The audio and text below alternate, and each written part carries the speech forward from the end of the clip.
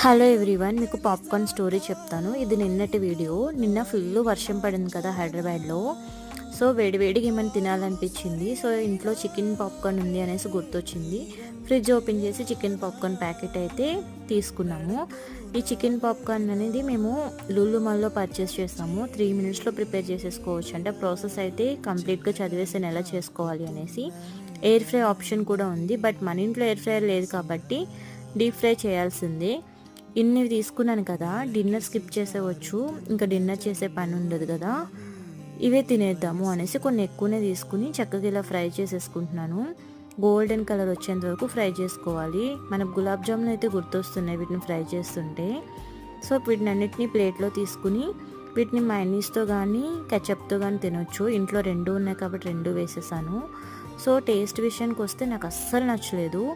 Dinner అనవసరంగా skip చేసా అనిపించింది.